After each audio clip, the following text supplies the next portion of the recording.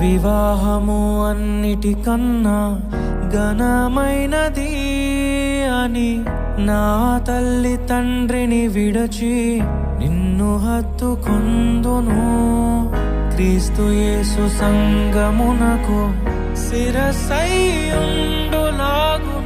నేను నా భార్యకు శిరస్సుగా ఉండెదను.